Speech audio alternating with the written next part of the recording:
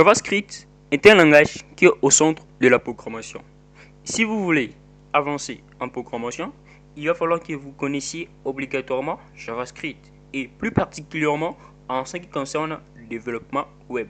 Et aujourd'hui, ensemble, nous allons voir dans peu de temps qu'est-ce qu'on appelle JavaScript. En bref, nous allons prendre tout ce qu'il faudrait connaître, mais tout ce qui existe en JavaScript. C'est un cours complet JavaScript qui est adapté tant qu'aux débutants, bien sûr, à ceux qui sont experts, qui maîtrisent déjà le JavaScript. Parce qu'on ne se limitera pas à avoir le base du langage JavaScript, mais on ira très loin pour voir également la programmation orientée objet ainsi que les DOM. Alors, sans pour autant tarder, nous allons d'abord voir, nous voulons étudier JavaScript, mais en soi, c'est quoi JavaScript en question? Et c'est la question que nous allons essayer de répondre ici présent. JavaScript, c'est un langage de programmation des scripts orientés objet. Et face à cette définition, on se retrouve à côté de certains concepts. Parmi ces concepts, nous avons en première position ce qu'on appelle langage de programmation. Et deuxièmement, nous nous rendons compte qu'on est en train de parler des langages de programmation qui va programmer en fait des scripts. Nous verrons exactement c'est quoi un programme de script. Et pour finir, nous verrons qu'est-ce qu'on appelle langage orienté objet. Alors, commençons tout d'abord à répondre à la toute première question qui est de savoir qu'est-ce qu'on appelle un langage de programmation.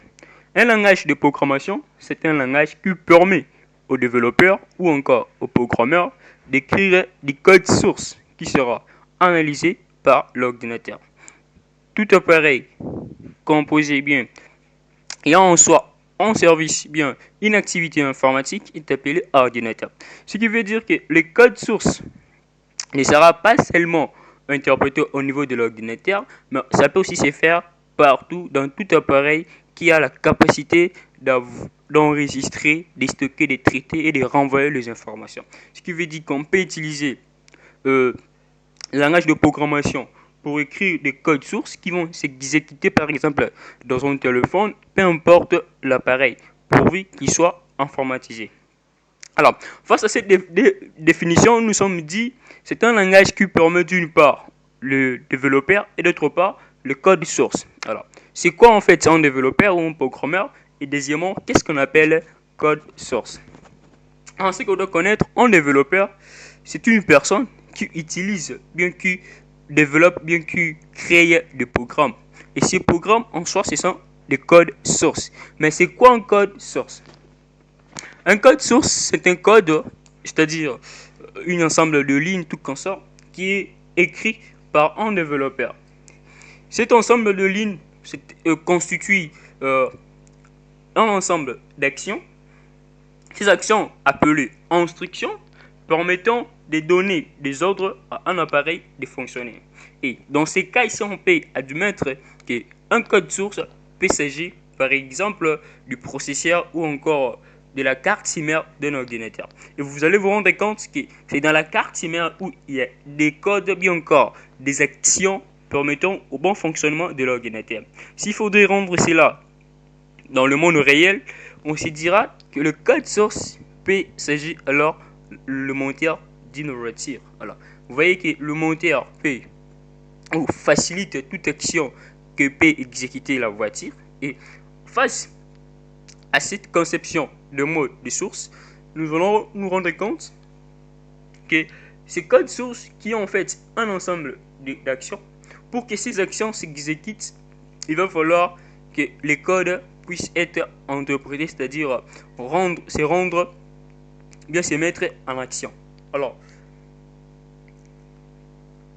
pour utiliser ces codes sources, il existe trois moyens. Et partant de ces trois moyens, bien encore, la modalité d'usage de ces codes sources, nous pouvons distinguer alors trois types de langages de programmation. On a d'une part le langage compilé, deuxièmement le langage précompilé. Je disais un langage est dit compilé lorsque la lecture du code source préconditionne bien encore exige au préalable une compilation. Et ici on se rend compte que pour que les codes soient exécutés au niveau de l'ordinateur, il va falloir qu'il existe ou bien qu'il y ait obligatoirement un compilateur. C'est le compilateur qui va rendre les codes accessibles ou encore lisibles à l'ordinateur, et l'ordinateur ne fera qu'exécuter les actions qui sont insérées, bien qui sont composées dans ces codes sources. Et en deuxième position, un langage précompilé n'est rien d'autre qu'un langage aussi de programmation de la même manière que le langage compilé, mais ici au préalable c'est un langage qui est partiellement déjà lisible par l'ordinateur, d'où il ne va pas obligatoirement nécessiter la présence d'un compilateur, mais c'est un langage qui, lorsque vous veut l'utiliser par exemple dans une machine virtuelle, ça va s'exécuter facilement sans qu'il y ait un compilateur. Mais cela n'exclut pas la possibilité qu'il y ait aussi un compilateur. Et pour finir, nous avons le code, le langage interprété ou encore langage des scripts, qui sont des langages qui sont directement exécutés, c'est-à-dire qui sont déjà interprétés en un langage accessible à l'ordinateur pour que ces derniers puissent en exécuter. Et ce langage interprété fait partie d'un groupe de langages beaucoup plus utilisés en ce qui concerne le web et en particulier le JavaScript. On avait dit que face à notre définition, nous sommes retrouvés devant des concepts, et en première position nous allons le voir, ce qu'on appelle langage de programmation, où nous avons vu le développeur ainsi que code source. Et à présent, voyons un peu qu'est-ce qu'on appelle un langage orienté objet. Un langage orienté objet est tout langage de programmation qui contient en fait des éléments qui sont appelés objets, et ces éléments possèdent des différentes caractéristiques, et chacun de ces objets a une manière lors de son utilité. Alors, ce qui veut dire un objet, c'est juste tout ce qui est représentable en JavaScript. Alors en JavaScript, on peut représenter par exemple une image, une date, une vidéo. Et la manière dont on va représenter cette image, bien encore la date, ne sera pas la même lorsqu'on voudrait par exemple représenter un formulaire. Ce qui veut dire que lorsque vous voulez représenter quelque chose qui est en fait un objet, vous devez faire recours à une notion de spécificité, c'est-à-dire qu'il y a chaque objet, à chaque contenu qu'on veut utiliser en JavaScript, il existe un objet ou encore un élément de base qui contient des caractéristiques ainsi que de fonctions concernant uniquement cet objet. Et lorsque vous voulez utiliser cet objet, la manière dont vous allez l'utiliser ne sera pas de la même manière que vous allez utiliser d'autres éléments. Alors, nous avons vu, je m'excuse, que dans le mot JavaScript, il y a en fait, au début, il y a Java. Or, il existe encore un autre langage qui est Java. Alors, nous allons voir, est-ce que le JavaScript est réellement le Java ou bien il existe une différence. Alors, on sait qu'on doit connaître que le mot, bien qu'il y ait au début, il y ait Java, et puis il y a Java de l'autre côté, ce n'est pas la même chose. Alors, nous allons voir en quelque sorte la différence qui existe entre les deux langages. Nous allons commencer tout d'abord au niveau de la conception. Nous verrons que JavaScript et Java sont en fait conçus de leur origine par des sociétés différentes. D'une part, il y a le Netscape, d'autre part, il y a le Sun. Et en ce qui concerne l'importance relative aux besoins du développeur, JavaScript est destiné à être intégré dans des pages web pour leur dynamiser, bien leur dynamisme, sans pour autant avoir une implication directe au niveau du serveur. Mais nous verrons également qu'il est fort probable que vous utilisiez JavaScript au niveau du serveur.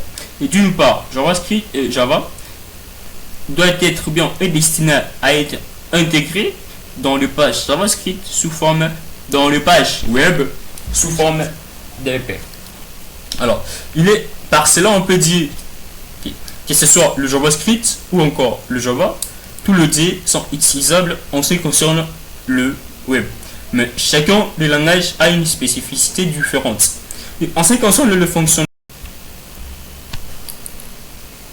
nous avons dit que JavaScript est un langage interprété, c'est-à-dire qui est utilisable directement au niveau du web, où la machine, bien l'ordinateur, peut lire les codes sources écrits en JavaScript sans présence bien encore besoin d'un compilateur. Mais par contre, Java c'est un langage compilé où le développeur conçoit un programme ou encore le code, et ces codes sources sera ensuite compilé en un langage qui est illisible au niveau physique, mais sera lisible au niveau de la machine, bien encore de l'ordinateur, et nous allons voir juste les extraits ou encore les actions dont les lignes et le code décrivant cela sont cachés. Alors, comme langage de programmation, les deux langages ont beaucoup plus de points en commun, comme nous avons dit que les deux peuvent être utilisés dans ce qui concerne le monde web, mais avec des spécificités différentes.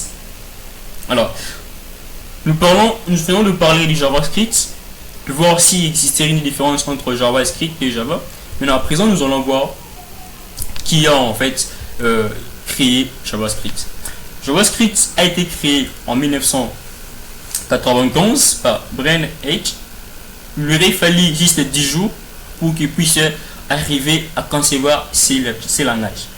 Alors, l'idée primitive était de développer un nouveau langage qui ne se limiterait pas seulement pour afficher le page web, parce qu'à l'époque, il y avait développement du web. Alors, il va falloir créer aussi des choses qui allaient permettre certaines actions, par exemple la gestion de formulaires, le visionnage de vidéos, tout comme ça. C'est à cause de cela qu'a poussé la société Netscape à pouvoir développer un autre langage afin que ces langages puissent permettre ou soutenir le fondement de base qui préexistait déjà.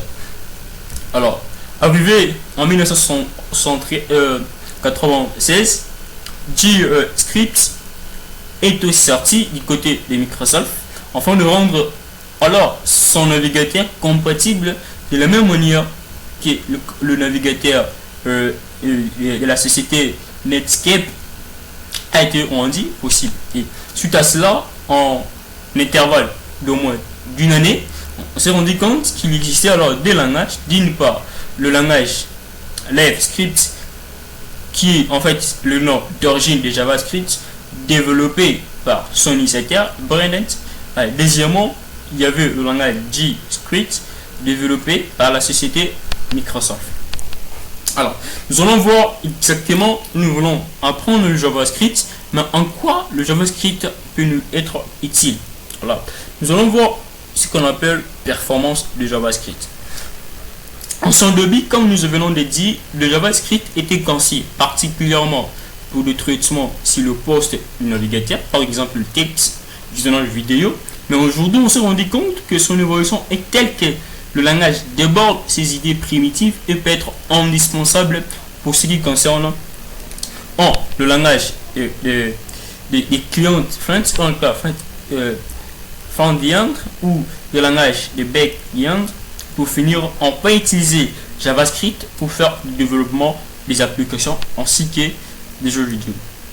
Alors, en ce qui concerne le langage côté client ou encore front-end,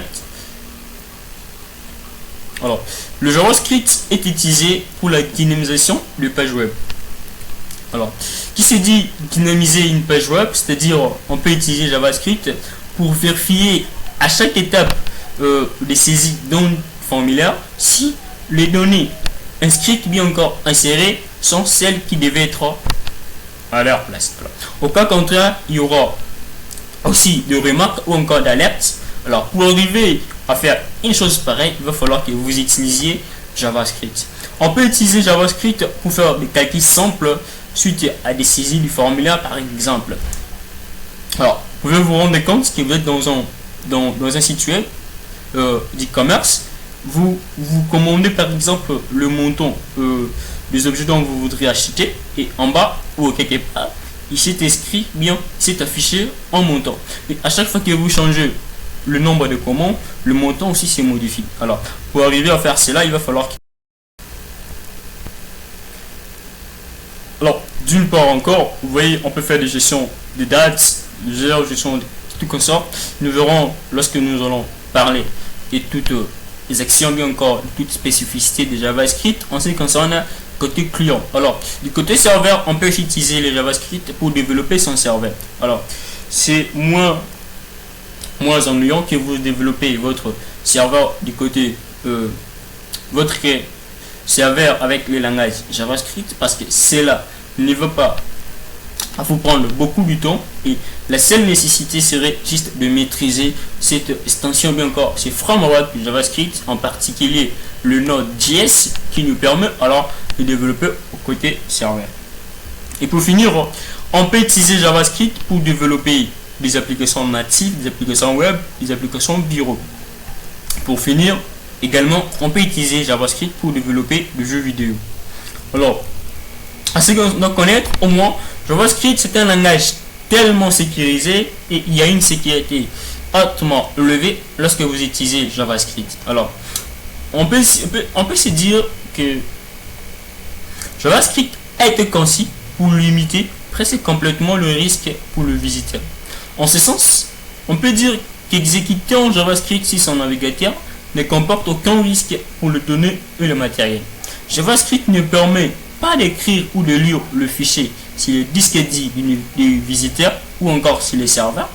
Ainsi, vous ne risquez pas de voir des données confidentielles récupérées à votre ici. De moins, il n'est pas possible de lister le logiciel copié ou non enregistré. Impossible aussi de détruire le fichier indispensable ou encore d'introduire un virus sur votre poste d'utilisateur ou encore de visiteur.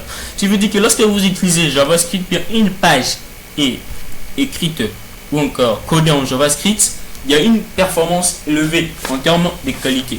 Ce qui veut dire que votre bureau ou encore dans l'ensemble votre ordinateur ne peut pas être affecté par un virus, parce que ces sites, bien encore les sites basés sur JavaScript, n'ont pas cette capacité d'entrer dans votre mémoire et puis de prendre ou encore de retirer des données sans que cela soit de votre propre volonté.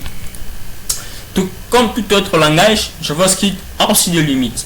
La principale limite de JavaScript est dans sa forme brute.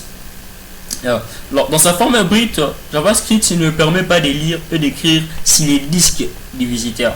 Bien que ceci fait de lui une qualité, une sécurité, mais d'une part, ça fait aussi un défaut. Alors, le mieux possible en JavaScript de générer par exemple un fichier de connexion sur le serveur ou encore connecter visiteur. Alors, pour pallier à ces problèmes, le groupe développeur JavaScript a développé ce qu'on appelle Ajax. Alors, nous verrons c'est quoi Ajax lorsque nous allons parler plus particulièrement des frameworks Ajax, ou lorsque nous allons voir en niveau avancé ce qu'on appelle Ajax.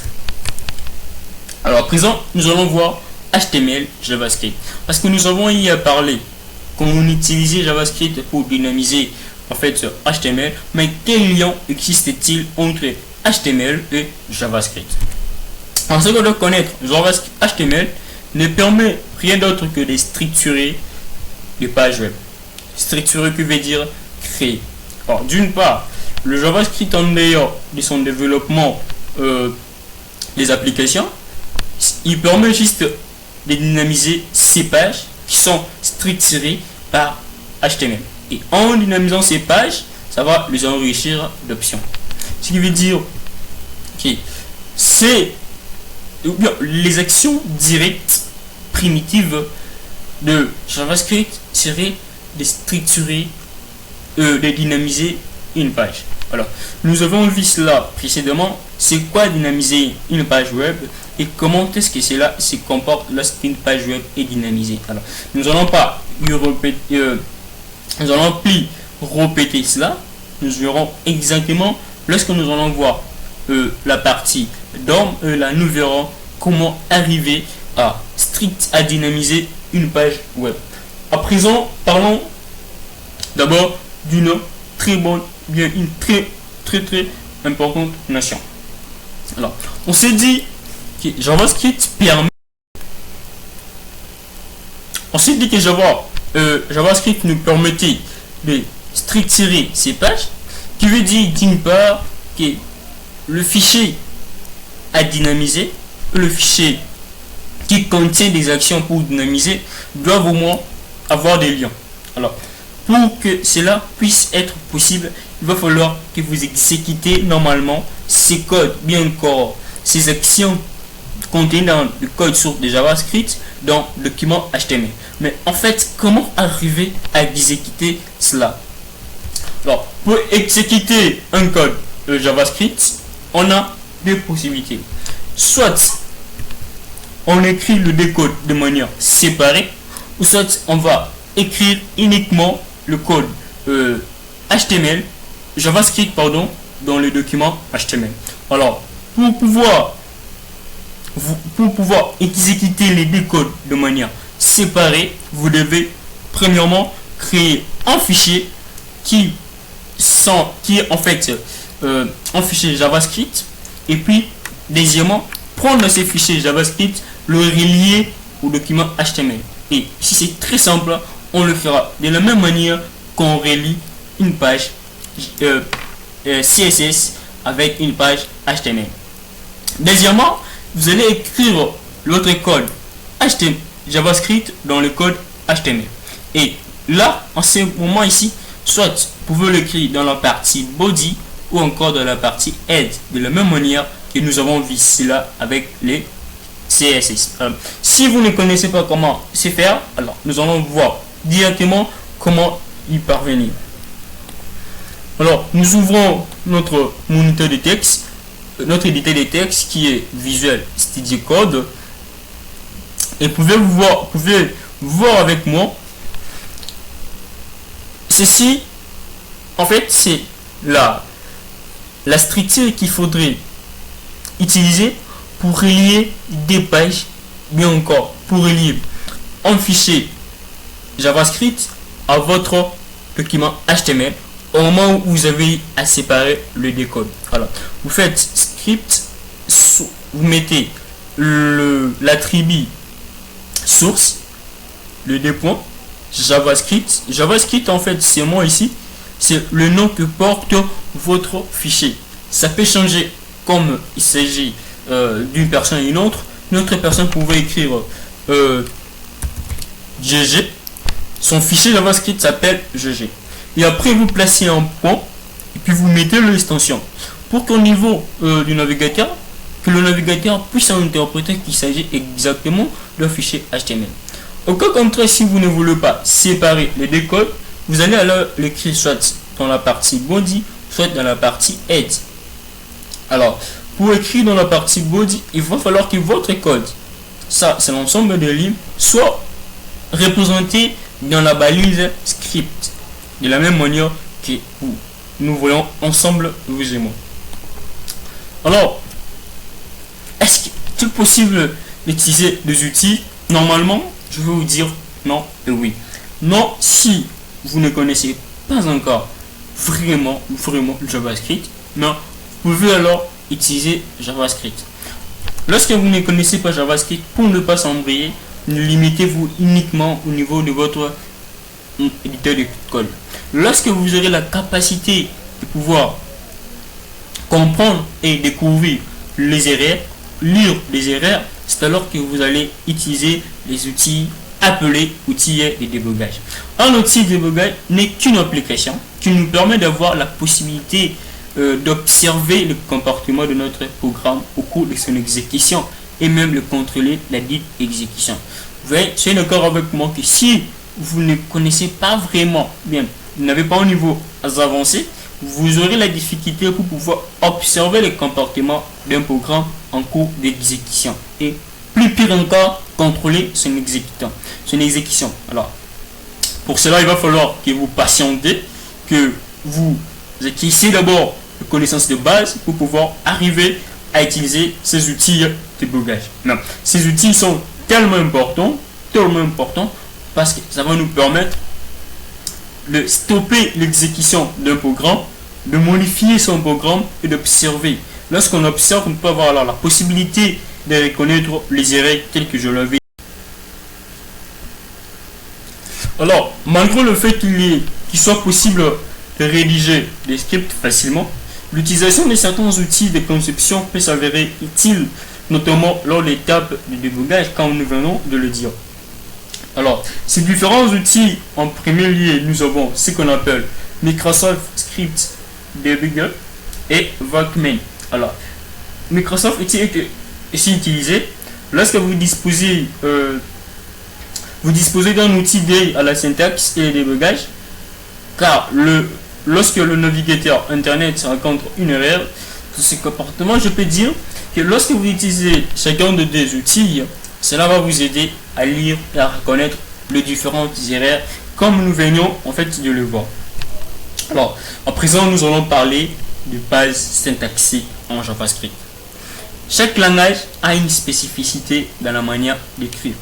Et cette spécificité est liée intrinsèquement à chaque langage. Et en ce moment, nous allons voir quelles sont les syntaxes, bien encore les bases syntaxiques, encore les lois syntaxiques qu'il ne faut pas confondre ou oublier en JavaScript. Tout d'abord, nous allons commencer par la sensibilité à la case. Qui veut dire sensibilité à la case? Des mots qui ont en fait une différence juste du caractère. Si le premier mot est écrit entièrement en minuscule et que le deuxième mot est écrit entièrement en majuscule, peu importe que les deux mots soient le même, s'ils ne sont pas le même en JavaScript. Ce qui veut dire qu'une petite erreur de sensibilité, c'est-à-dire des cases, sensibilité à la case, c'est-à-dire au lieu de mettre A minuscule, vous mettez B et vous mettez A majuscule. Admettons qu'il y a base où toutes les lettres sont écrites en majuscule et il y a un deuxième mot base où toutes les lettres sont écrites en majuscule et seulement la lettre A qui est en minuscule. Les deux mots en JavaScript ne sont pas le même et ça va générer des erreurs, voire même empêcher l'exécution de votre code. À présent, nous allons voir ce qui est de très important. On va appeler cela une variable en JavaScript. C'est quoi en fait une variable? Une variable n'est rien d'autre qu'une manière de sauvegarder les données en JavaScript. De la même manière que nous sauvegardons les informations dans des groupes, dans les dossiers, sous-dossiers, dans nos disques, cela est aussi utilisé pour pouvoir stocker les données en JavaScript. Alors, nous allons voir exactement comment on peut créer une variable. Alors, pour cela, nous partons directement au devant de notre navigateur. On est devant notre éditeur de texte, Studio Visual Codes. Ici, nous allons voir comment créer une variable. Pour créer une variable, on sait qu'on doit connaître une variable est constituée en fait de deux parties. Il y a une partie qui est l'identifiant de la variable et deuxièmement la valeur ou encore l'information ajoutée à cette variable. Cette information ajoutée à cette variable est appelée valeur. Et cette ligne de syntaxe finit par un point virgule. Alors, nous allons créer notre première variable que nous allons appeler JavaScript. Alors, pour affecter cette valeur à notre JavaScript, on met égal. La valeur peut être soit chiffre numérique, tout comme ça peut être une valeur numérique, tout comme une valeur alphabétique. Et lorsqu'il s'agit d'une valeur numérique, la valeur est libre sans pour être encadrée par des accolades. Lorsque, par le guillemot, lorsque la valeur devient alphabétique, bien alphanumérique, c'est à ce moment que vous allez placer les deux guillemets. Mettons que notre valeur s'appelle je suis.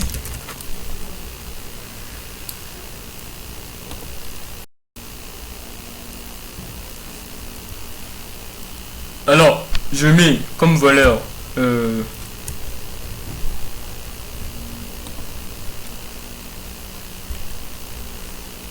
G, puis je place le point virgule à la fin. Alors, je viens de créer une variable. En fait, cette variable contient une erreur. Si vous voyez ensemble là en haut ici, il est écrit en. Bon, en ici signifie qu'il y a une erreur qui s'est glissée. Alors, entre le mot, bien encore l'identifiant, le nom de votre variable, il ne peut jamais avoir un espace. Alors, lorsqu'on crée, on peut soit au début de la variable la laisser telle que nous avons créée, ou soit ajouter le mot var qui veut dire variable. À la place des var, on peut mettre let.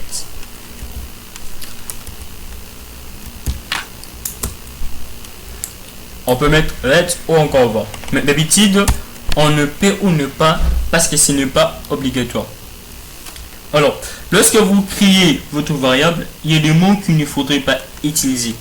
Alors, parmi ces mots, nous allons voir. Alors, évitez d'utiliser comme abstract, float, short, boolean, for, static. Tous ces mots, il suffit juste de mettre une pause et puis voir. Ces mots ne peuvent jamais être utilisés comme l'identifiant de votre variable.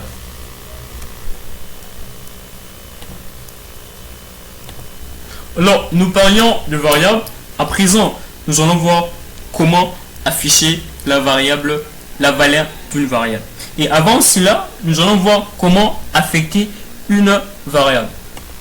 C'est d'accord avec moi qu'une variable peut prendre la valeur d'une autre variable préexistante.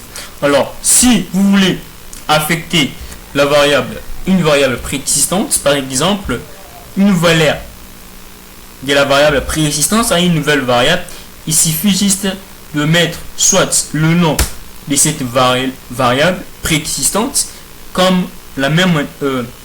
Si vous voulez utiliser la valeur d'une variable préexistante dans une nouvelle variable, il suffirait juste de mettre l'identifiant de cette variable préexistante comme valeur de la nouvelle variable. Alors, nous allons voir comment afficher la variable E, la valeur d'une variable. Alors, pour y parvenir, on va introduire, bien sûr que nous ne connaissons pas ce qu'on appelle méthode, mais retenez exactement que pour afficher la valeur d'une variable, on va utiliser une méthode. Nous verrons c'est quoi une méthode. Une méthode, c'est juste une fonction, mais une manière d'exécuter une action. Et l'action que nous voulons exécuter ici, c'est afficher la variable. Et pour afficher cette variable, on va utiliser une méthode. Et cette méthode, c'est alerte.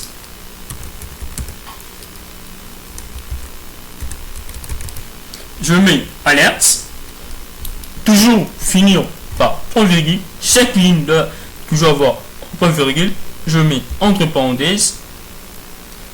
Soit je peux mettre entre le guillemot un texte qui va accompagner l'affichage de ma variable. Tout comme je peux directement mettre ma variable sans pour autant ajouter un texte explicatif. Sachez-le bien, partout où vous voulez créer, mettre un texte, il va falloir que ce texte soit encadré par le guillemot. Ça, sans le guillemot, le texte ne sera pas là représenté et ça va générer une erreur.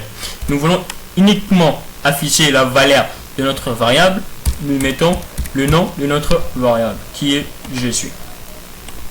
Alors, on encode notre valeur. Notre variable, la valeur 100.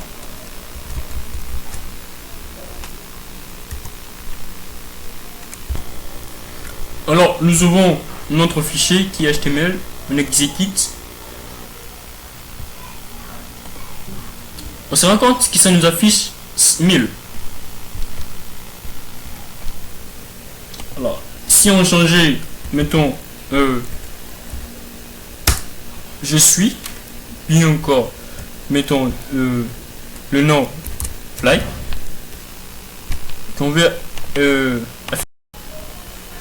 alors on va afficher notre variable, il s'appelle .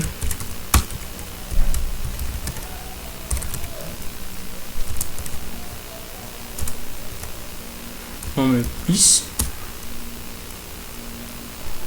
Je disais que nous voulons afficher la valeur de la variable je suis, qui est normalement une chaîne de caractères, mais cette chaîne de caractères n'est pas placée entre guillemets. Alors, on actualise, rien ne s'affiche parce qu'il y a une erreur. On rectifie l'erreur.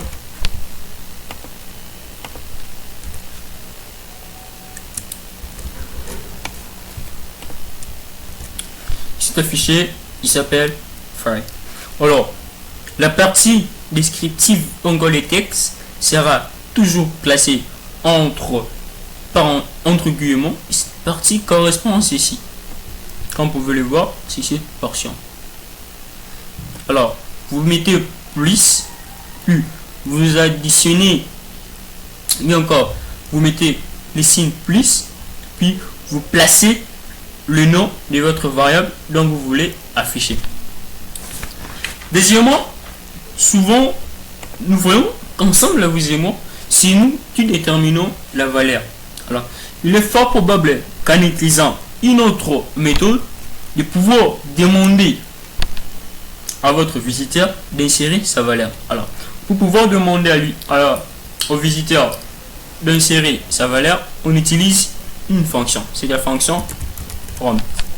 Alors, on place toujours guillemot entre parenthèses. Après prompt, vous placez guillemot, vous mettez le texte de demande, donnez votre nom, par exemple, que votre nom, que votre nom,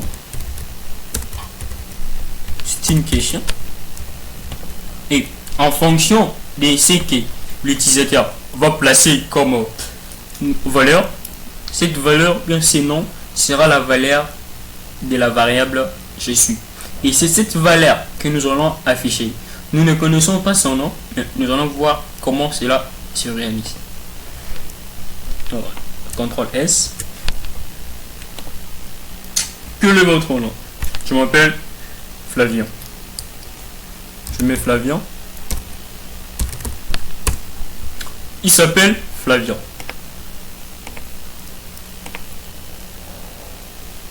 Quel est votre nom? Je m'appelle Jean-Pierre. J'écris Jean-Pierre. Jean-Pierre, ouais, je pense qu'il il s'appelle Jean-Pierre. En ce moment, on rend notre page dynamique parce que le résultat, bien encore l'affichage, ne dépend pas de la code source, mais dépend d'une personne à une autre. Si la première personne s'appelle Jean et que la deuxième s'appelle Pierre, vous allez vous rendre compte que le contenu régénéré ne sera pas la même chose. C'est en cela qu'on parle de page dynamique. Nous avons vu comment insérer une variable, comment pouvoir insérer une variable, comment afficher la variable. Et à présent, nous allons voir quels sont les types de valeurs qu'on peut accorder à une valeur. Alors, en ce qui concerne le voleur peuvent être soit numériques ou encore elles peuvent être soit alphabétiques ou plus pur encore des valeurs logiques. Nous verrons comment utiliser des valeurs logiques quand nous allons parler de fonctions ou encore de conditions. Mais à présent, nous verrons tout d'abord comment on appelle, bien c'est quoi une valeur numérique. Une valeur numérique est appelée number, qui est en fait une valeur qui peut être soit flottant, c'est-à-dire en décimal, tout comme en entier, mais qui n'est constitué uniquement que des chiffres. Et soyez d'accord avec moi, lorsque vous créez votre variable, il ne faut jamais commencer votre variable par un caractère numérique.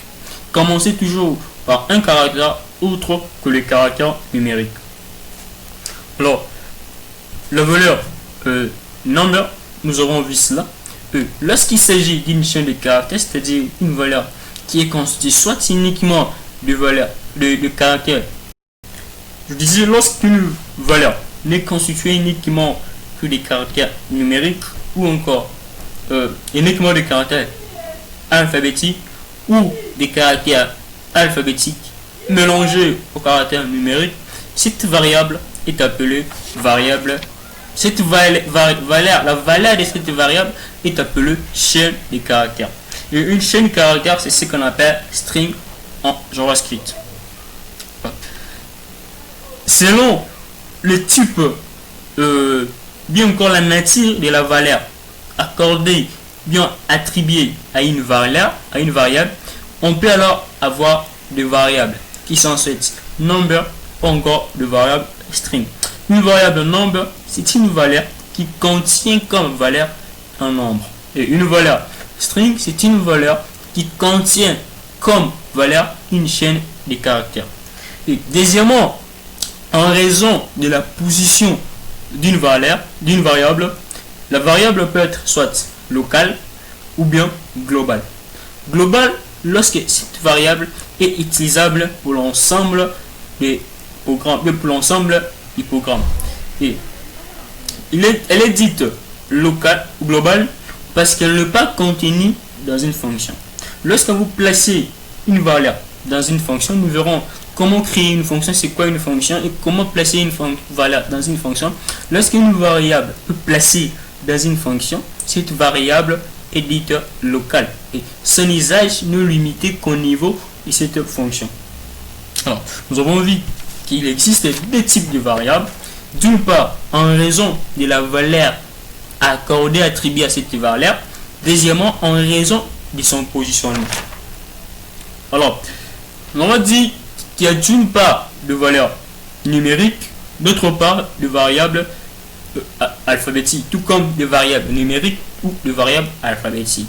Et qu'il est fort probable de pouvoir convertir une variable qui était auparavant numérique à devenir une variable en chaîne de caractères. Alors, ici que nous allons voir maintenant là, comment convertir de variables, c'est-à-dire leur changer la nature. Alors, pour pouvoir arriver à convertir, soyez d'accord avec moi que la conversion ne sera pas comme nous supposons dans notre mémoire. Et si c'était une valeur numérique qui était par exemple 10 et que vous avez eu à convertir cela en chaîne de caractères, la valeur va rester toujours 10, mais cette 10 sera là. Bien, ces chiffres, bien encore, ces caractères 10, ce chiffre sera pris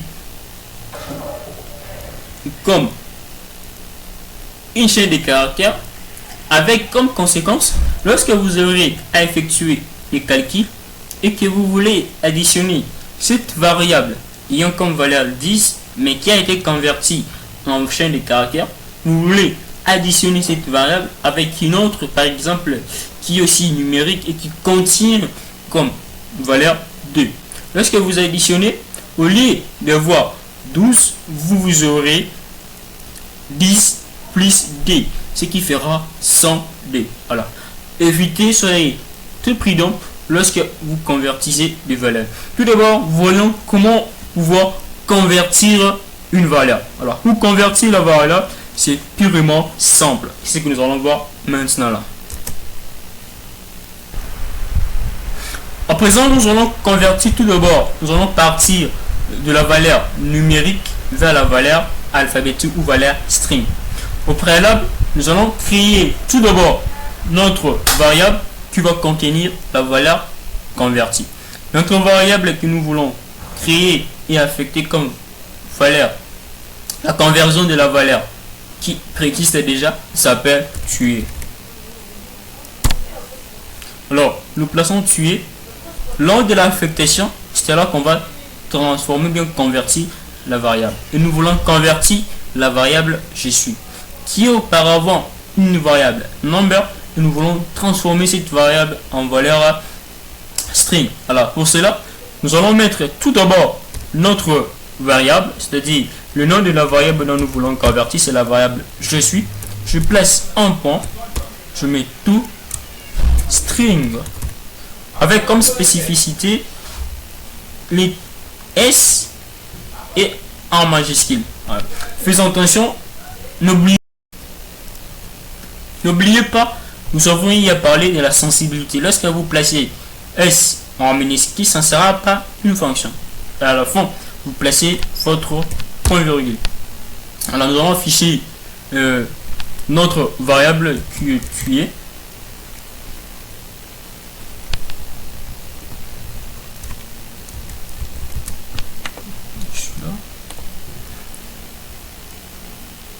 C'est écrit, s'appelle fonction string native. Ce qui veut dire que notre conversion n'est pas complète. À présent, vous et moi, nous allons analyser pourquoi ce n'est pas complet. Nous avons dit que string, ici, c'est une méthode. Or, partout où nous avons eu à utiliser des méthodes, ces méthodes finissaient toujours par une parenthèse. Et vous et moi, nous voyons qu'il n'y a pas de parenthèse dans notre code. Alors, plaçons tout d'abord notre parenthèse et voyons ce que ça va donner. On actualise, on est là, on actualise, ça a affiché, il s'appelle 10. Nous avons dit que lorsque vous faites la conversion, ça ne sera pas physiquement, mais ça sera à l'intérieur. La nature de cette variable n'est pas 10 en chiffres, mais c'est devenu 10 en lettres. Et ça ne sera pas écrit 10 comme en toutes lettres, mais en intérieur, la nature est changée. Alors, essayons d'illustrer. Voyons, prenons cette variable et créons un autre qui est la variable il est. On a encore dans cette variable la valeur 2.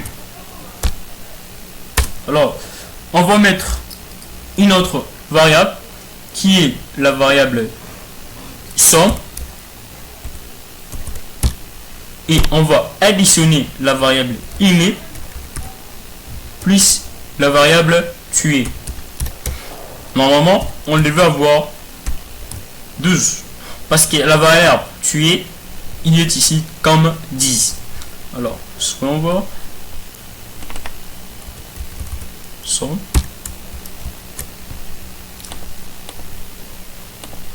Au lieu d'avoir 12, nous avons 210. On avait dit que lorsque vous convergez, le reste, bien que le problème serait plus pratique au niveau des opérations. Et si on plaçait il est ici,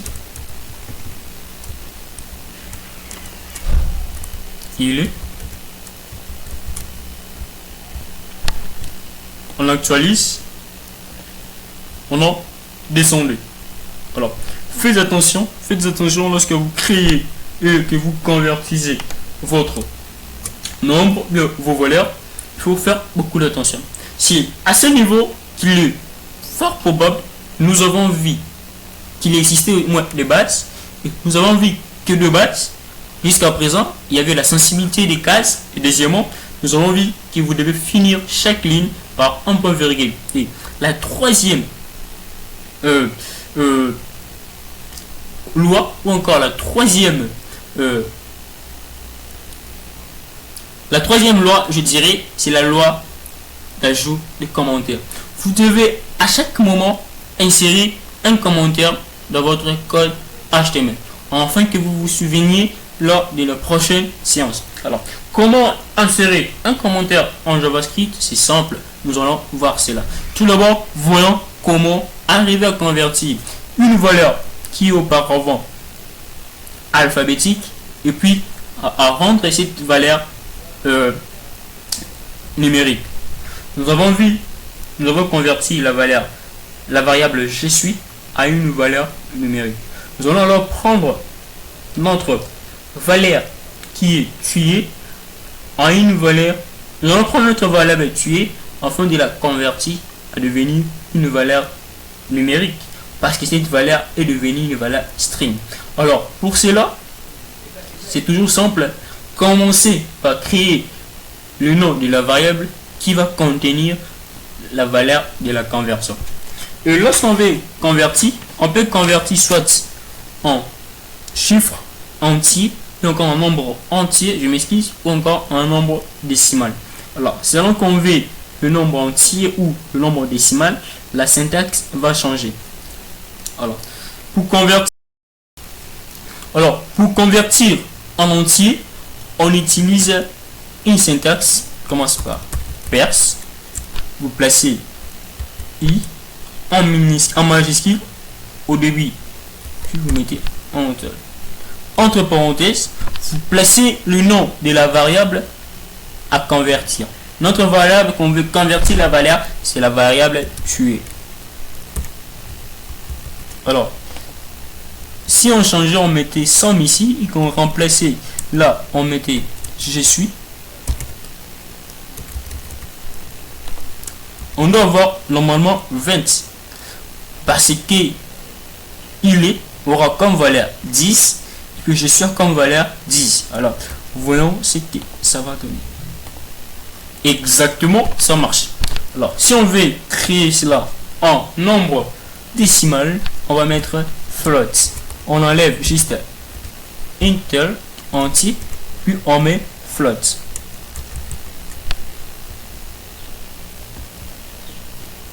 Toujours 20.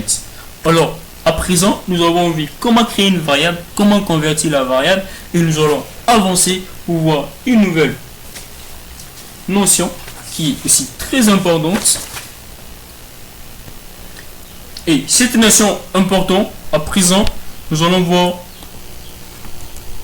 les opérateurs. Bien que nous avons eu à travailler bien à utiliser un opérateur arithmétique et en particulier l'addition, à présent nous allons voir les types d'opérateurs qui existent en JavaScript. Alors, un opérateur permet juste d'effectuer une action entre des variables. Nous avons vu comment nous avons eu à additionner. Alors, en JavaScript, il y a plusieurs variables, nous n'allons pas voir toutes. Il y a plusieurs opérateurs, nous ne verrons pas tous ces opérateurs. En particulier, nous verrons certains opérateurs. Et au fur et à mesure que nous avancions, nous allons voir d'autres opérateurs. Alors, nous avons vu où placer notre opérateur. Voyons tout d'abord le type d'opérateur. En JavaScript, il y a au moins 4 groupes d'opérateurs que vous devez exactement connaître, en particulier les opérateurs arithmétiques. Ces opérateurs facilitent certaines opérations les plus courantes. Parmi ces opérateurs, on a l'addition, illustré par le signe plus, qui permet d'additionner le valeur situé à gauche et à droite du symbole. On peut utiliser soit le nom des variables ou directement utiliser le variable. On peut utiliser soit le nom de variable ou utiliser directement le valeur. Il y a le signe moins, il y a produit ou multiplication, divisé, il y a module. Module va extraire juste la valeur entière du reste de la division entre deux valeurs. Si on a divisé D par 3, vous allez vous rendre compte, on a encore comme conscient. Ça sera une fois. Et puis là, on va ajouter pour le plus long. Alors, le reste, bien encore la valeur entière du résultat de la division, notre reste, c'est notre quotient qui est 1. Alors, lorsque vous utilisez module, ça va juste extraire le résultat, c'est-à-dire votre quotient. Et ça sera en valeur entière. Pardon. Nous allons voir l'incrémentation. Permet d'incrémenter une valeur, notamment dans les cas d'utilisation dans une boucle. Vous voyez, lorsque vous faites ceci, ça ajoute 1. Et nous verrons, lorsque nous allons parler de boucle, comment arriver à utiliser l'incrémentation. On peut parler des décrémentation, tout comme de négation. Et à côté des opérateurs arithmétiques, il y a des opérateurs de comparaison qui permettent à vérifier certaines relations, certains liens entre le variable.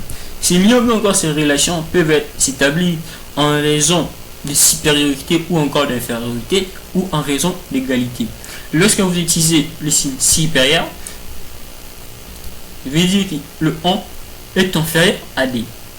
Si c'est vrai, la valeur logique c'est vrai. Nous n'allons pas voir le valeur logique maintenant. On peut utiliser ceci à chaque fois que le côté ouvert sera à droite, on sera devant le caractère, bien encore devant l'infériorité, c'est-à-dire que si la valeur qui se trouve à gauche ici, c'est doit être toujours inférieur au niveau de l'angle ouvert. S'il y a A et qu'ici il y a B, la valeur qui est au niveau de A, donc la valeur qui représente A, est inférieure à la valeur qui représente B. Soit ici c'est inférieur ou égal, on est en égalité, on est en supériorité. Attention, ils ont mis deux traits et encore double signe d'égalité, parce que si vous mettez seulement un seul signe, ça signifie que vous voulez affecter une variable. Mais si vous mettez D, ça devient un opérateur comparaison. Supérieur ou égal, qui est strictement différent, je m'excuse, différent, qui est strictement égal, ils ont triplé, et strictement différent, il y a des signes d'égalité, et puis il y a conjonction. Alors, à côté, il y a aussi des valeurs logiques représentées par ces symboles, n'oubliez pas, qui veut dire et ou non, permet encore de concaténer plusieurs conditions en vie d'un texte, par exemple, et nous verrons si c'est exactement lorsque nous allons parler de fonctions. Alors, voyons tout d'abord qu'est-ce qu'on appelle instruction conditionnelle en JavaScript. Nous savons tous ce qu'on appelle conditionnel. Ce qui est conditionnel, c'est ce qui s'affiche donc le résultat dépend d'une condition. Cette condition peut varier selon qu'il s'agit d'une ou d'une autre chose. Ici, en particulier, on est au niveau de la programmation. Les conditions alors peuvent être soit les types d'appareils utilisés par le client, ou encore une condition en ce qui concerne dans les opérations des variables. Nous allons voir comment pouvoir arriver à écrire, bien encore à structurer une syntaxe de conditions en JavaScript. Alors, pour cela, on va utiliser au moins 4 propriétés. Ces propriétés, je peux appeler pour l'instant de propriétés, qui sont en fait des fonctions, comme vous avez dit, qui permettaient d'exécuter une action. Ces méthodes que nous allons utiliser, nous allons voir ici présent, vont nous permettre à créer des conditions. Alors, pour pouvoir créer une condition, il va falloir que vous ayez au moins les données à conditionner. Alors, nous allons voir, nous allons demander à notre visiteur d'insérer son âge. Et en raison de son âge, on va afficher un résultat. Ce qui veut dire que le résultat s'affiche en condition de l'âge inséré par notre utilisateur. Alors,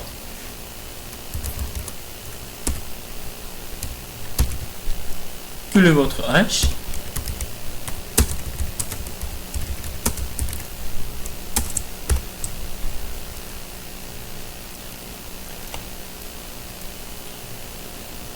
Alors, la première syntaxe, la première fonction, c'est la fonction if.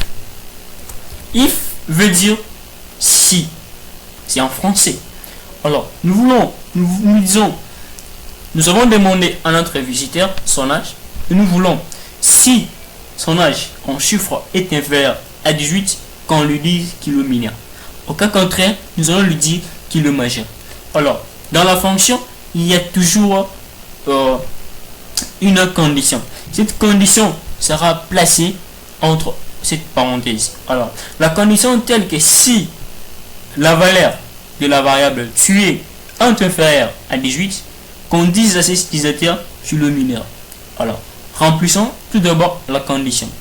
Notre variable, c'est la variable tuée. On veut dire à l'utilisateur si son âge est inférieur à 18, qu'on lui dise qu'il est mineur. Alors, lorsque vous avez fini à placer votre condition, deuxièmement, faites CTRL ALT GR plus 3.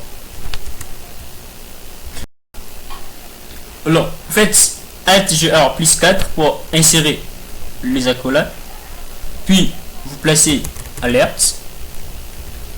Nous voulons lui dire, au cas contraire, si son âge est inférieur à 18, qu'il est mineur. Évidemment, tu es mineur. Désolé. Toujours l'autre point virgule. Alors, au cas contraire, ou sinon, au cas où la condition n'est pas respectée, c'est-à-dire dans des situations outre que la valeur inscrite est inférieure à 18, on va lui dire que la personne est majeure. Alors, pour cela, on utilise else. Else qui ne prendra rien comme valeur. Alors, vous faites else. Je m'excuse. Alerte. Je suis mineur. Je suis majeur.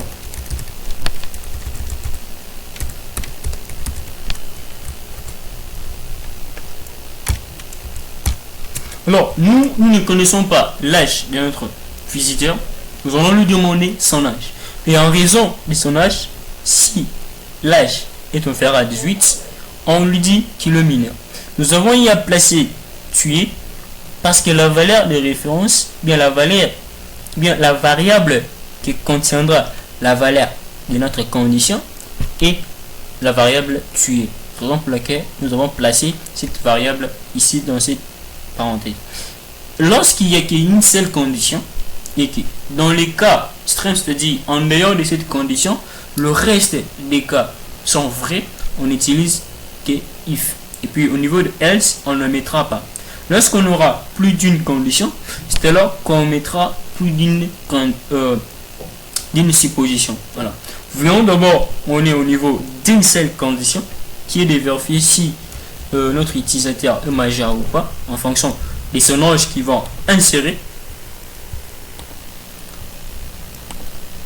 Quel est votre âge? Admettons que notre utilisateur mettez qu'il a 60 ans. Nous voulons que si seulement si son âge est inférieur à 18, c'est dans ces cas ici qu'on lui dira qu'il est mineur. Mais au cas contraire, il sera majeur. Alors, on valide, tu es mineur. Pourquoi? Parce que son âge est supérieur à 18. Il mettait 11. Nous ne le connaissons pas. Désolé, tu es mineur. Désolé. Si c'est que nous avons écrit. Maintenant, nous voulons ajouter une deuxième condition. Dans le sens où, si son âge est supérieur à 65, nous allons lui dire qu'il est trop vieux pour s'inscrire. Alors, pour cela, nous écrivons else, comme toujours.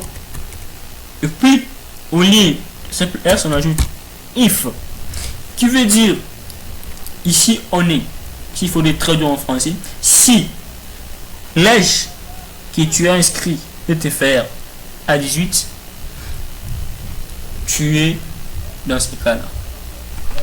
Si encore, bien encore, on peut dire encore si il y a une condition, nous plaçons notre collage et nous mettons tu es, c'est-à-dire supérieur à 65,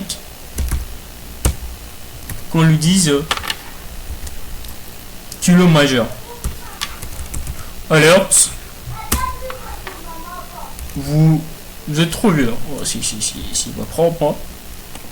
Alerte, vous n'êtes pas admis.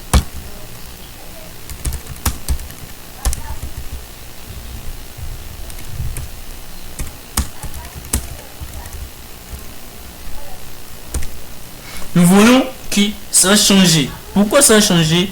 Parce on a mis l'apostrophe et puis on a mis encore l'apostrophe. Alors, pour pallier ces problèmes,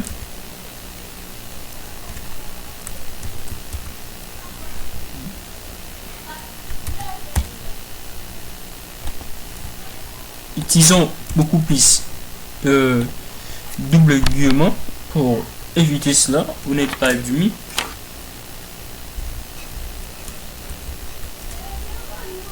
Ici maintenant on a trois conditions. Si notre utilisateur inscrivait un âge qui est inférieur à 18, au cas contraire, si son âge est supérieur à 65, nous allons lui dire qu'il n'est pas admis. Et si cela n'est pas inférieur à 18, ou encore non plus supérieur à 65, nous allons dire que cette personne est majeure. Alors, j'actualise.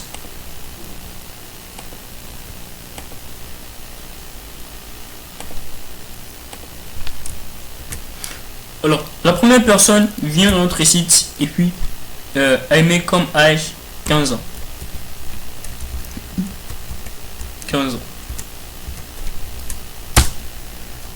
Normalement, son âge est inférieur à 18. Donc, cette personne est mineure pour nous. Désolé. Une deuxième personne vient, puis elle met 23. Nous ne connaissons pas son âge. L'âge est compris entre 18 et 65. Normalement, cette personne est majeure pour nous.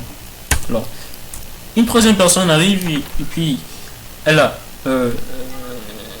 85 ans, mais 85. On lui dit que cette personne ne peut pas être admise. Pourquoi? C'est en raison de son âge. Nous ne voulons pas dire qu'il est trop vieux là. Nous avons vu comment pallier ces problèmes de conditions. Alors, la dernière syntaxe à utiliser, c'est ce qu'on appelle switch. Au lieu de détailler chacune des conditions, nous allons juste utiliser switch. Switch, ça sera plus avancé, plus particulier que if, else, else if ou encore else.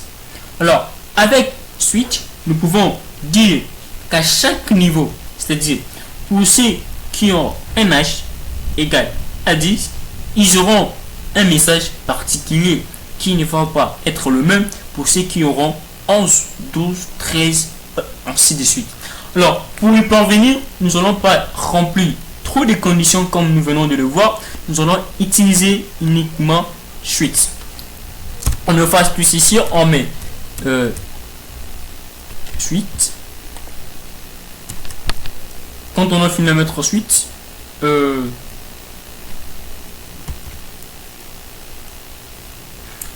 alors nous mettons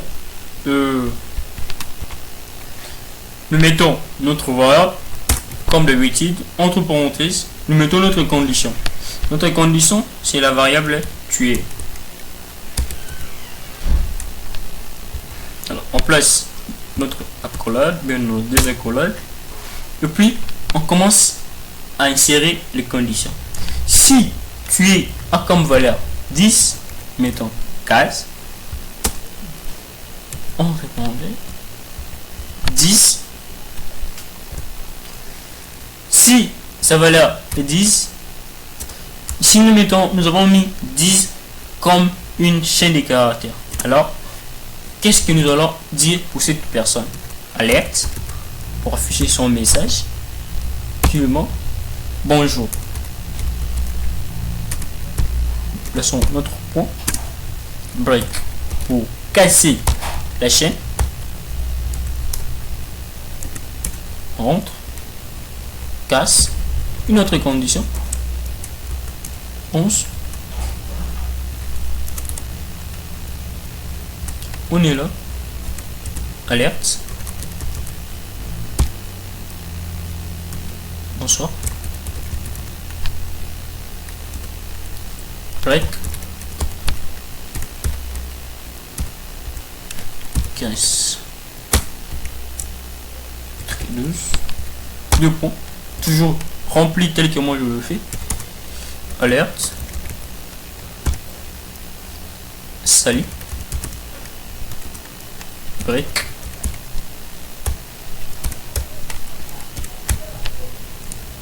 Non. Je m'excuse. On peut continuer jusqu'à le fini tel que nous voulons. Si vous avez le temps, vous pouvez faire le même à 1000, ça n'empêche rien. Juste en remplaçant, bien en suivant la même logique. J'actualise. On lui demande son âge. Il dit qu'il a 10 ans. Alors chez nous, 10 ans, on devrait afficher bonjour. On affiche bonjour. On lui demande son âge, il a 12 ans. Chez nous, 12 ans, on fait dire salut. Attention, il y a une erreur. Attends. Lorsque nous allons lire notre code, nous allons ranger notre erreur. On actualise le code. Dit qu'il a 12 ans. Salut. Alors, nous avons vu les conditions, bien encore les instructions conditionnelles. Et à présent, nous allons voir ce qu'on appelle une boucle, qui veut dire des conditions encore, des instructions de répétition. On ne va pas répondre, bien écrire quelque chose plus d'une fois, c'est-à-dire 2, 3, 4 fois.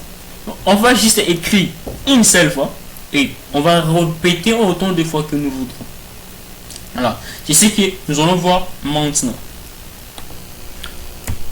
Le boucle en Java script. Une boucle n'est rien d'autre qu'une instruction de répétition. Alors, pour insérer une instruction de répétition, on va utiliser des éléments. Encore, je dirais des fonctions, des méthodes. Alors, la première méthode qu'on va utiliser, c'est la méthode for. La deuxième méthode, on va utiliser la for i. On va utiliser will. Pour finir, nous allons voir do will. Alors, à présent, voyons comment créer des boucles ou encore les instructions de répétition. Et la première méthode qui va nous permettre à créer une boucle d'instruction, c'est la méthode for. Alors, pour utiliser cette méthode, la logique est simple. Commençons d'abord par effacer tout ce qui a été fait. Alors, mettons for. Dans for, il y aura trois paramètres. Le premier paramètre, c'est en fait le paramètre qui il y a en fait une condition, bien qui spécifie le point de départ de la répétition. Le deuxième paramètre spécifie la limite ou encore exige bien conditionne où devrait s'arrêter normalement cette boucle.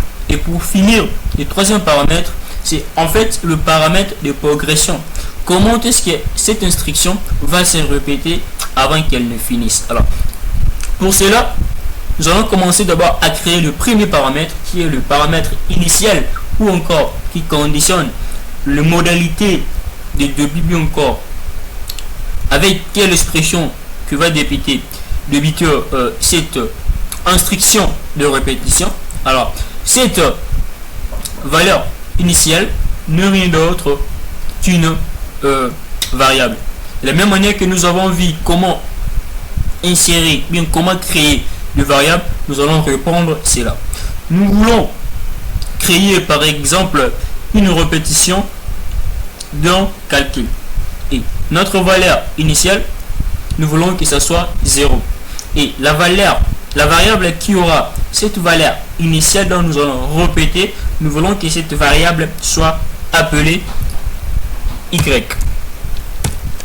Alors, je crie y, puis je conditionne la valeur initiale, je veux que ça soit 0, je place point virgule. Si maintenant je vais spécifier ou encore dire jusqu'à quel niveau ma répétition ou encore mon instruction devait s'arrêter. Je veux que l'instruction s'arrête lorsque y aura comme valeur 10. C'est-à-dire géométrie inférieure à 11.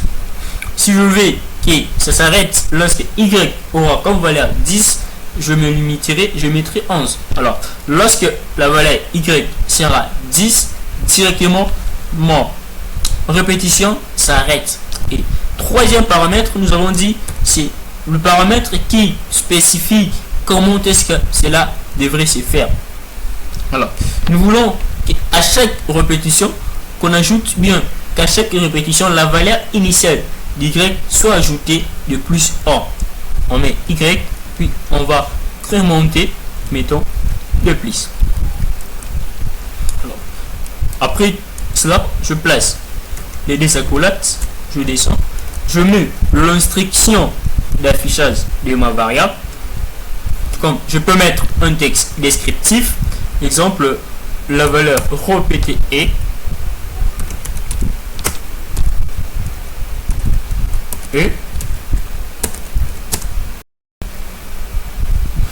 je disais la valeur répétée et notre valeur qui sera répétée sera identifiée à travers notre variable qui est y. Je mets y.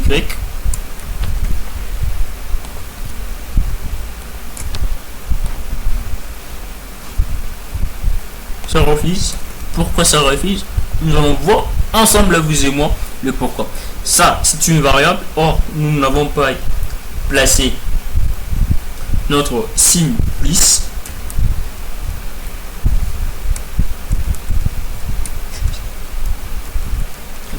Je vais actualiser. La valeur répétée initiale est 0. Et à chaque fois, vous voyez, ça augmente. Voilà. Tout comme on peut utiliser cette forme à lettres ou encore utiliser une autre méthode. Et cette fois-ci, c'est une méthode nouvelle que nous n'avons pas encore utilisée. Cette méthode est composée de deux mots. En premier, on écrit document. Nous mettons point, write, puis nous mettons le parenthèse comme toujours. Et au niveau de parenthèse, il y aura toujours notre texte descriptif. Après, nous plaçons plus y comme toujours, puis nous mettons notre point virgule. On attend que cette boucle finisse. Alors, on actualise.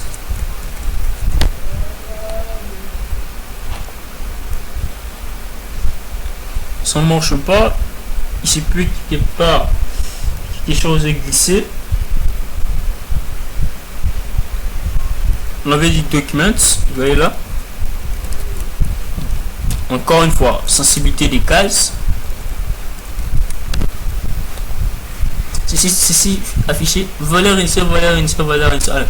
On essaie pas là pour renvoyer le ligne, bien encore renvoyer certains textes dans une ligne suivante. On va utiliser une autre syntaxe qui n'est rien d'autre que la balise BR du langage HTML. Alors, pour cela, on place encore plus à ces points-là. On met les éléments comme toujours.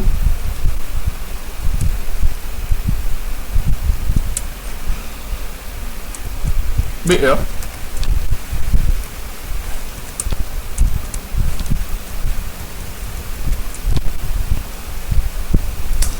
Je m'excuse, juste la initiale balise. Je glisse. Alors ici, nous voyons qu'il y a une répétition. Au départ, nous n'avons eu qu'une seule valeur que nous avons eu à conditionner.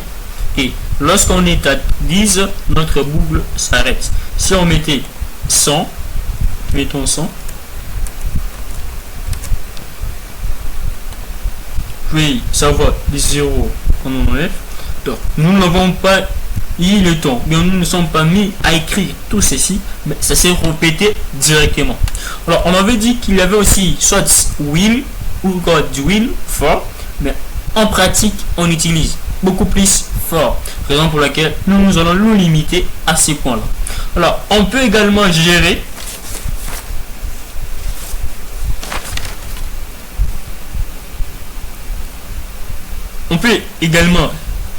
c'est-à-dire contrôler l'exécution de la boucle, soit l'arrêter à un point ou encore la faire continuer. Alors pour cela, on va utiliser deux méthodes, encore des propriétés, je m'excuse, qui seront en fait la propriété break pour arrêter une boucle et la propriété continue pour continuer une boucle. Alors, lorsque nous voulons arrêter ou spécifier soit une condition où nous allons arrêter ou continuer une boucle, il va falloir que vous utilisiez la condition, bien encore la méthode if que nous avons vu précédemment. Alors, nous voulons que notre boucle s'arrête une fois que la valeur y égale à 50. Alors, pour cela, nous mettons notre condition qui est en fait y égale à 50.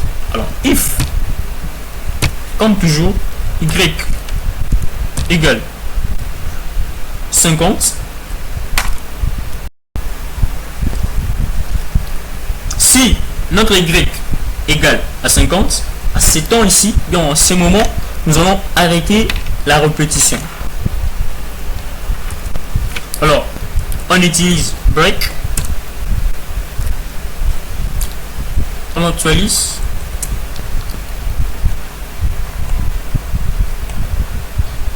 on descend, notre boucle s'est arrêtée à 50. Alors, on ne va pas utiliser 41 parce que vous utilisiez ou pas, ça va toujours continuer jusqu'à remplir la fonction.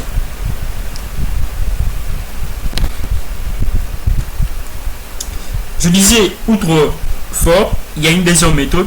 Cette méthode permet plus particulièrement à faire répéter, bien à afficher soit le propriété d'un objet par exemple. Alors, cette méthode, c'est la méthode for in. Alors, nous allons voir comment utiliser cette méthode. Alors, pour utiliser et encore faire répéter les objets ou encore le propriété d'un objet, c'est simple. Nous allons effacer notre code. On efface. On va mettre propriété.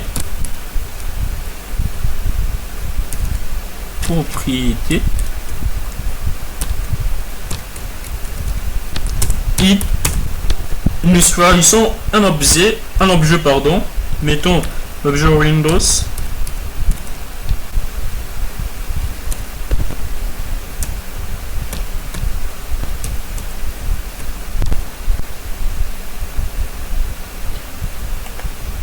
Windows, toujours pas Y. Puis nous allons afficher, c'est là, on enlève la condition parce que sans spécifier rien. Rien ne s'est ajouté. Rien ne s'est affiché. Pourquoi? Nous allons étudier ensemble. Propriété Windows, soit. Nous avons mal écrit notre objet.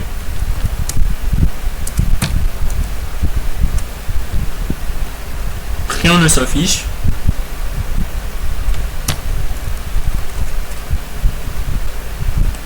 Toujours rien. On ajoute va au devant.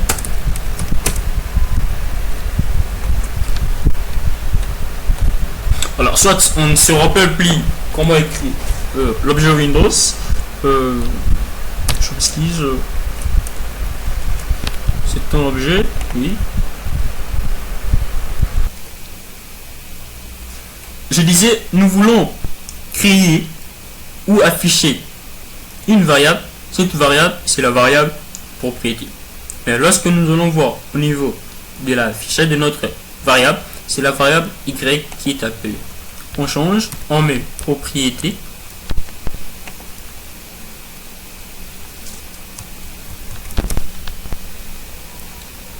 On fait appeler, on est là. Il y a qui dit, on change, on met documents.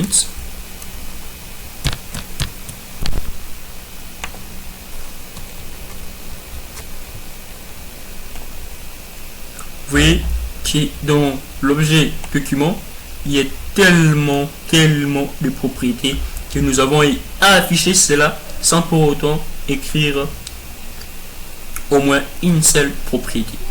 Nous avons vu comment répéter lorsqu'il s'agit d'une condition, par exemple avec for, et nous avons vu également avec for and in, et nous sommes dit que l'usage de will ou encore de do will n'était pas si préoccupant, et nous ne nous sommes pas mis à démontrer cela parce que en pratique on utilise beaucoup plus for. Nous avons aussi vu comment gérer une boucle, c'est-à-dire soit vous allez décider de l'arrêter à un moment donné ou bien de la faire continuer. Et nous nous sommes dit qu'il n'est pas nécessaire, utile de faire continuer une boucle aussi longtemps que la valeur ou encore les règles que établissent dans cette répétition sont respectées.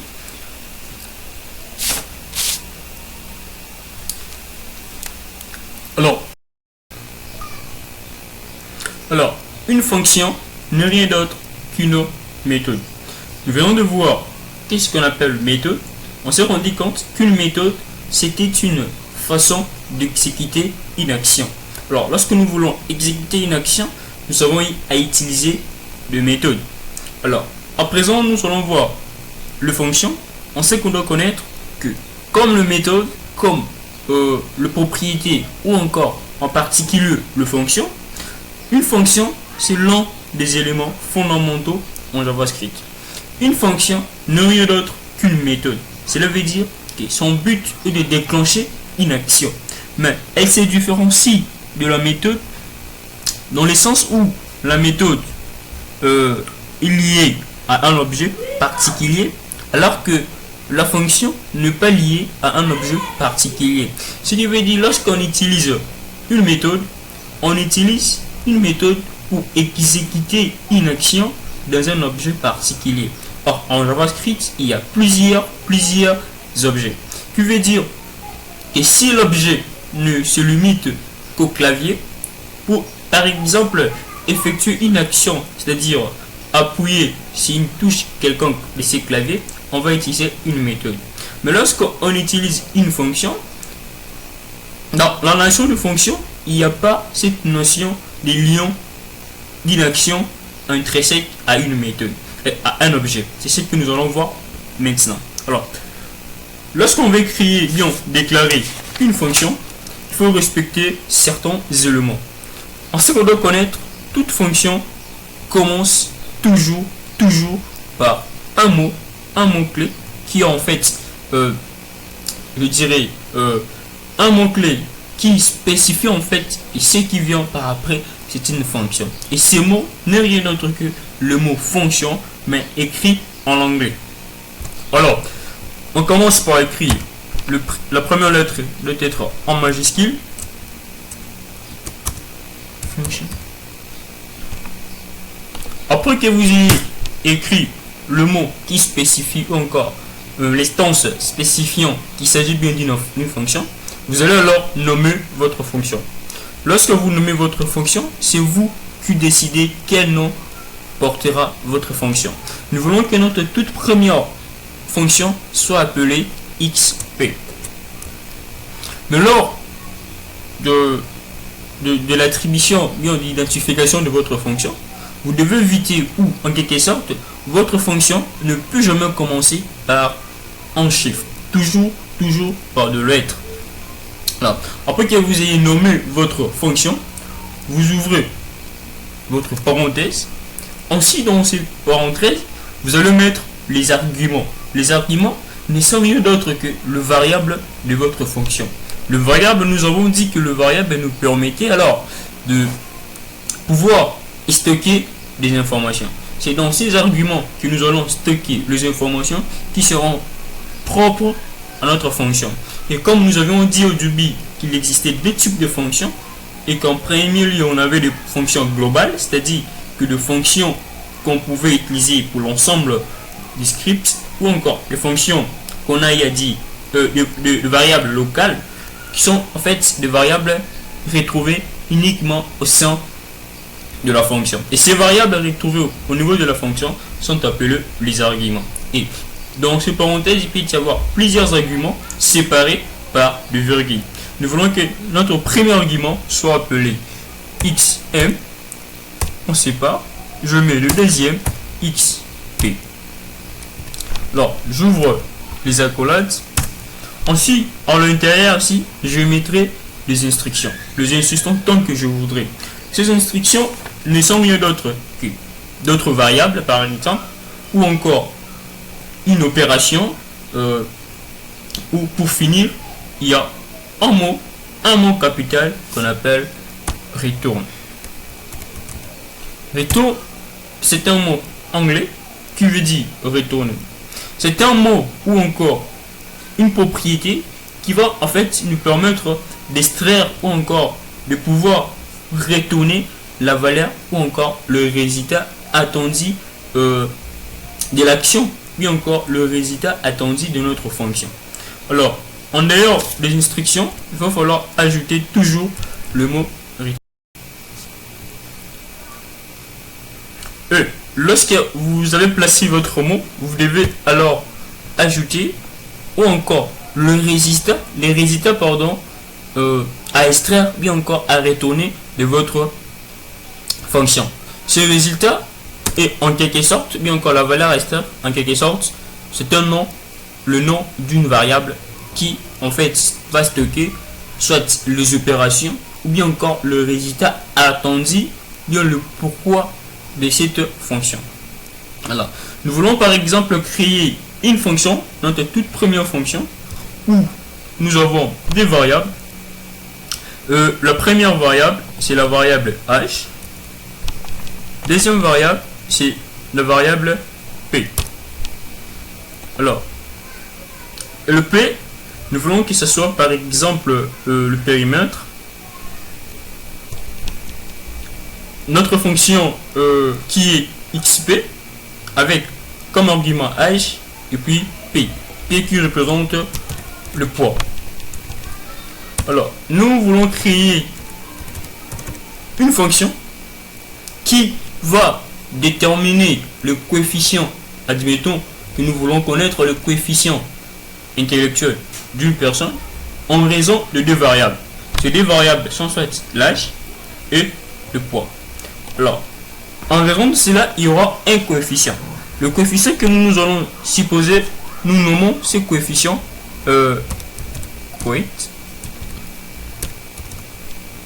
alors, égal 0,7 par exemple.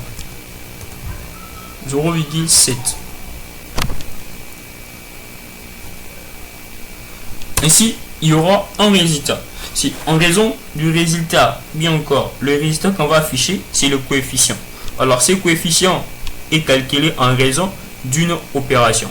Et cette opération est établie de la manière suivante.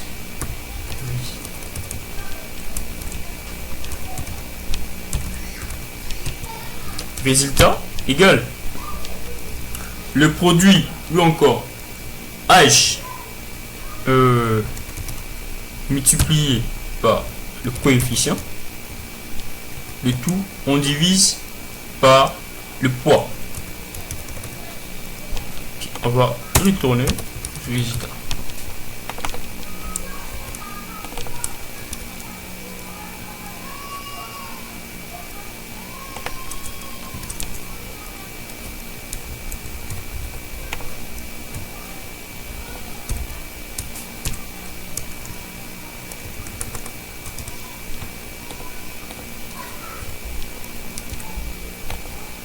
Alors, on va demander à notre utilisateur, bien encore client, de pouvoir insérer son âge.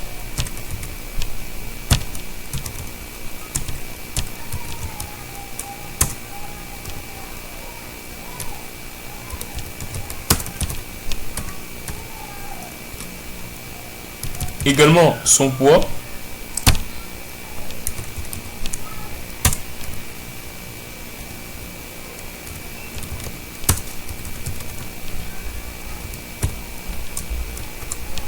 Ici, nous allons afficher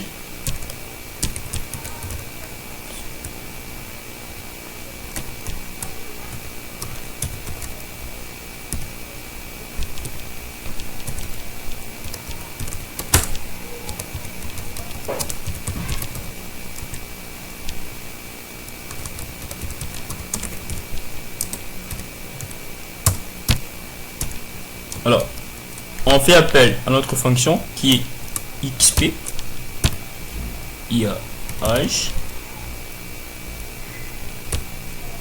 il y a poids.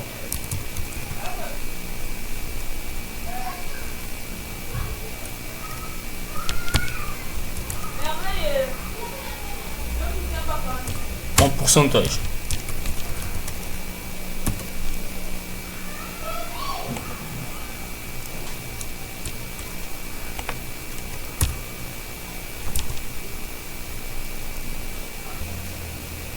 Alors, notre fonction est là. On enregistre. Puis, on va valider. Ça ne marche pas. On va chercher si erreur. Et bien, on se retrouve là. On avait...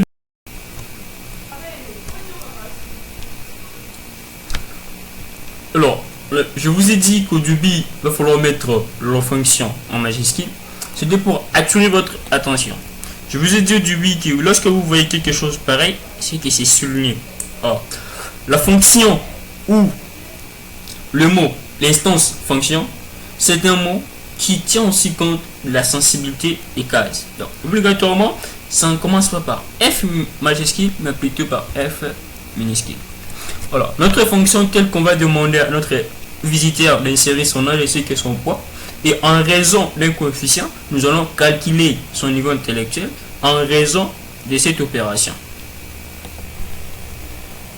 On valide. Admettons que notre utilisateur a comme âge 29 et qu'il pèse 75 kg.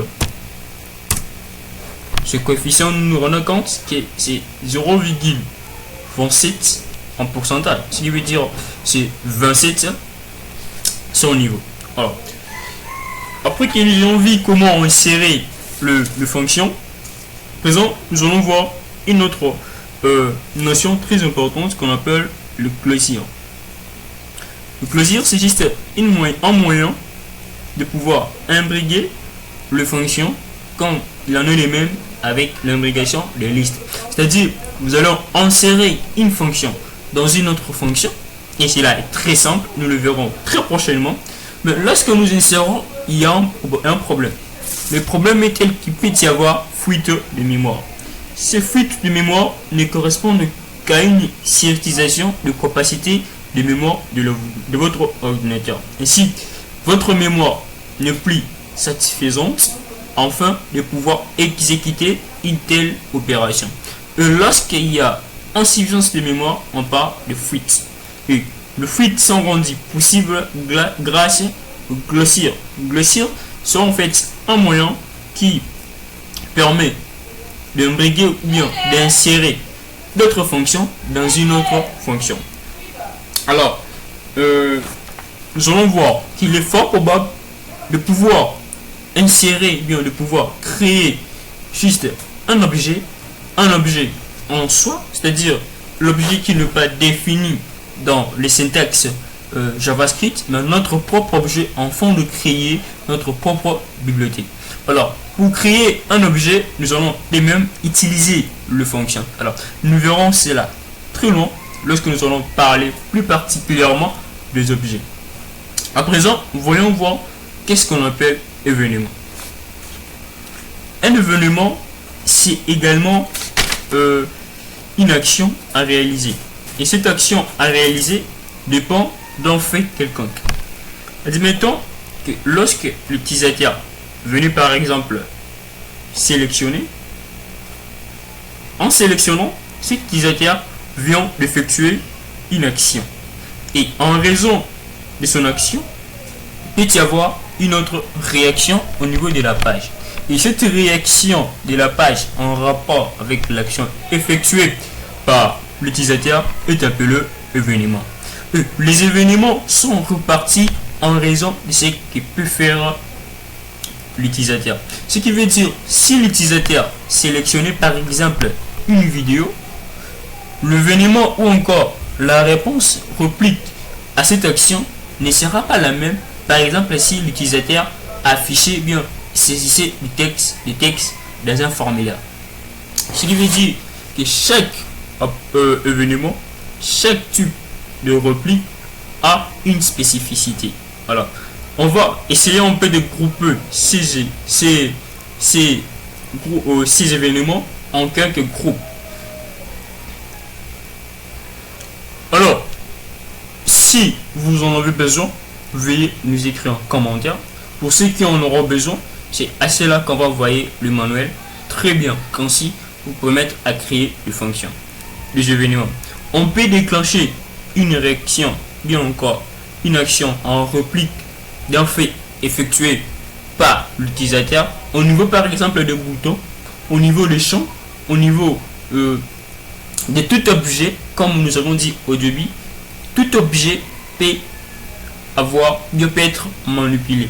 Et en manipulant tout objet, il peut y avoir possibilité de déclencher une action bien. Alors, nous verrons très prochainement nous allons entrer un peu en détail en ce qui concerne la programmation objet orienté. Tout ce que nous avons vu, notez que la base ou encore l'introduction de JavaScript. Alors, nous allons nous retrouver très prochainement pour pouvoir parler de base de base, bien encore faire une introduction. Bref, en ce qui concerne programmation orientée objet. Alors, nous vous disons merci d'avoir été là et puis jusqu'à la fin. Merci. On se retrouve très prochainement.